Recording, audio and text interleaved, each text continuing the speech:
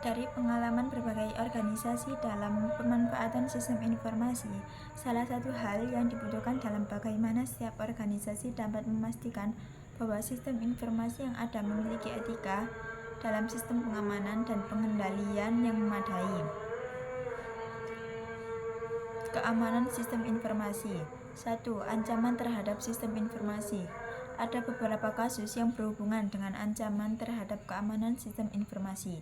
Salah satunya yang terjadi pada 2 September dan Oktober pada tahun 2000. Setelah membobol Bank Lipo, kembali Fabian Charles beraksi dengan menjebol web milik Bank Bali. 2. Keamanan dalam sistem informasi. Keamanan sistem informasi adalah bagaimana kita dapat mencegah penipuan atau paling tidak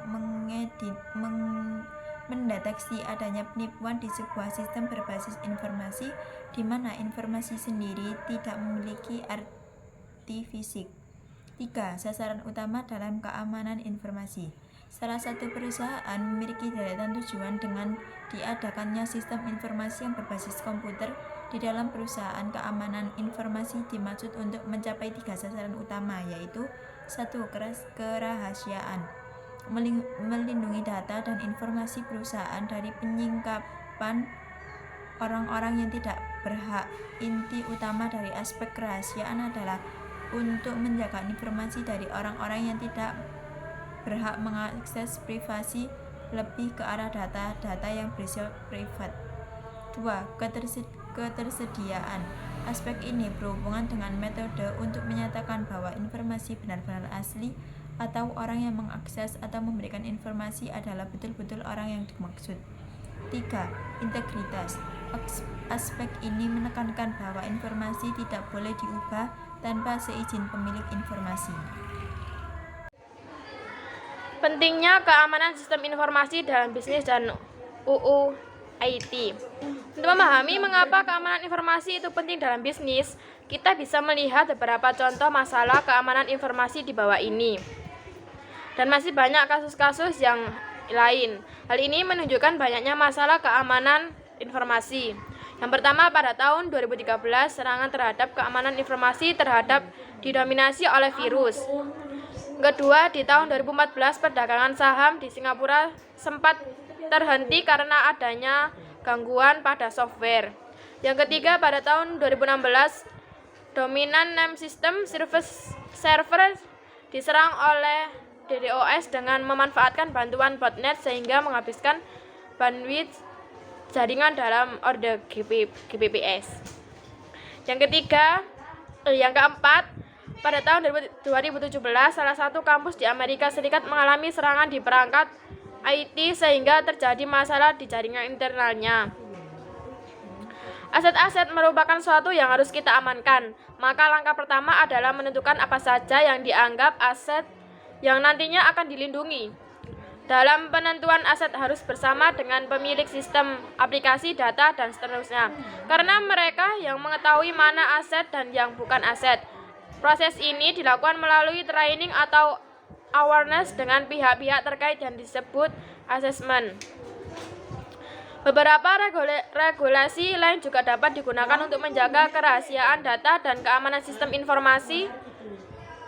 Antara lain, 1. Peraturan Menteri Komunikasi dan Informatika Nomor 20 Tahun 2016 tentang perlindungan data pribadi.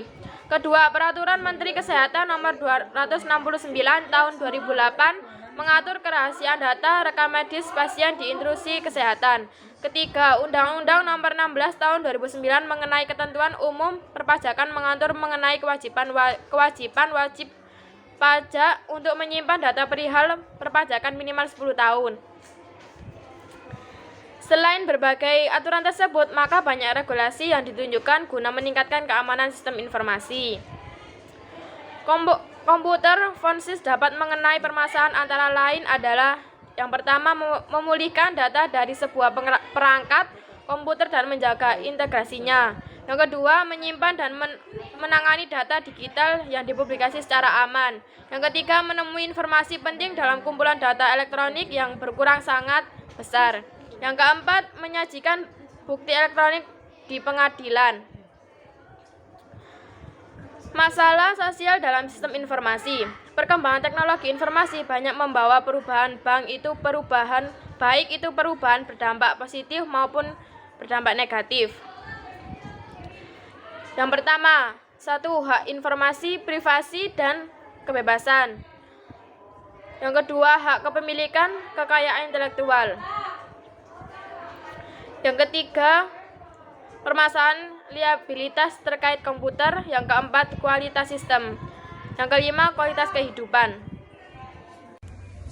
Kesimpulan, ancaman terhadap keamanan sistem informasi dan di Indonesia termasuk peretasan situs web, pencurian data, dan kerentanannya terhadap serangan siber. Keamanan sistem informasi mencakup keamanan fisik, keamanan terkait orang, keamanan data dan media, serta keamanan operasi. 3 sasaran utama dalam keamanan sistem informasi adalah kerahasiaan, ketersediaan, dan integritas.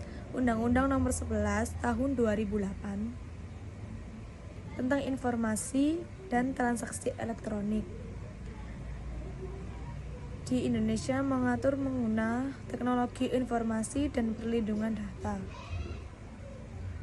Saran, perusahaan harus meningkatkan perlindungan terhadap data sensitif dan privasi pelanggan.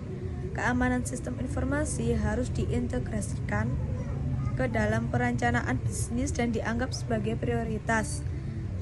Pembaruan dan pemeliharaan rutin terhadap sistem informasi perlu dilakukan untuk mengurangi kerentanannya.